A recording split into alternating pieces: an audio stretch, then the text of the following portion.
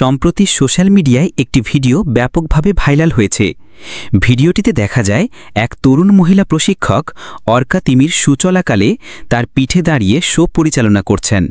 হঠাৎ তিমিটি তাকে পানির নিচে টেনে নিয়ে যায়। ভিডিওটি দেখে অনেকেই ভয়ঙ্করভাবে মনে করেছেন যে প্রশিক্ষকটির মৃত্যু হয়েছে। ভিডিওটি দ্রুত ভাইরাল হওয়ায় বিভিন্ন ব্যবহারকারী সোশ্যাল মিডিয়ায় শেয়ার করা শুরু করেন এবং কমেন্ট বক্সে দুঃখ ও আতঙ্কের প্রতিক্রিয়া প্রকাশ করেন। তবে বিভিন্ন ফ্যাক্ট চেকিং সংস্থা এবং সংবাদ মাধ্যমের অনুসন্ধান অনুযায়ী এই ভিডিও সম্পূর্ণ কৃত্রিম বুদ্ধিমত্তা এআই ব্যবহার করে তৈরি করা হয়েছে। জেসিকা রেডক্লিফ নামে কোনো প্রশিক্ষক বাস্তবে নেই এবং প্যাসিফিক ব্লু মেরিন পার্ক নামের কোনো প্রতিষ্ঠানও নেই।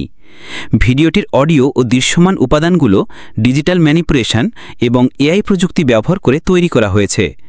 বিশেষজ্ঞরা বলছেন এই ধরনের ভুয়া ভিডিও মানুষের আবেগকে কাজে লাগিয়ে দ্রুত ভাইরাল হয়ে যায়।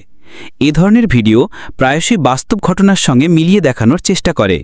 উদাহরণস্বরূপ 2009 সালে এবং 2010 সালে সি ওয়ার্ল্ডে প্রশিক্ষক ডন ব্রাঞ্চো ও অ্যালেক্সিস মার্টিনেজ অর্কা তিমির আক্রমণে নিহত হয়েছিলেন। এই কারণেই কিছু দর্শক সহজেই এই ভিডিও বিশ্বাস করে বসেন। এই ঘটনার প্রেক্ষিতে বিশেষজ্ঞরা সতর্কবার্তা দিচ্ছেন যে সোশ্যাল মিডিয়ায় কোনো তথ্য শেয়ার করার আগে তা যাচাই করা অত্যন্ত গুরুত্বপূর্ণ।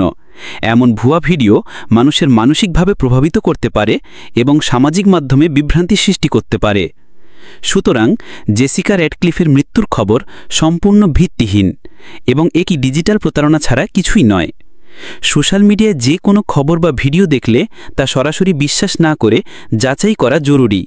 বিশেষ করে ভিডিও বা ছবি যে বাস্তব তা নিশ্চিত না হলে বিভ্রান্তি এড়াতে সতর্ক থাকা দরকার।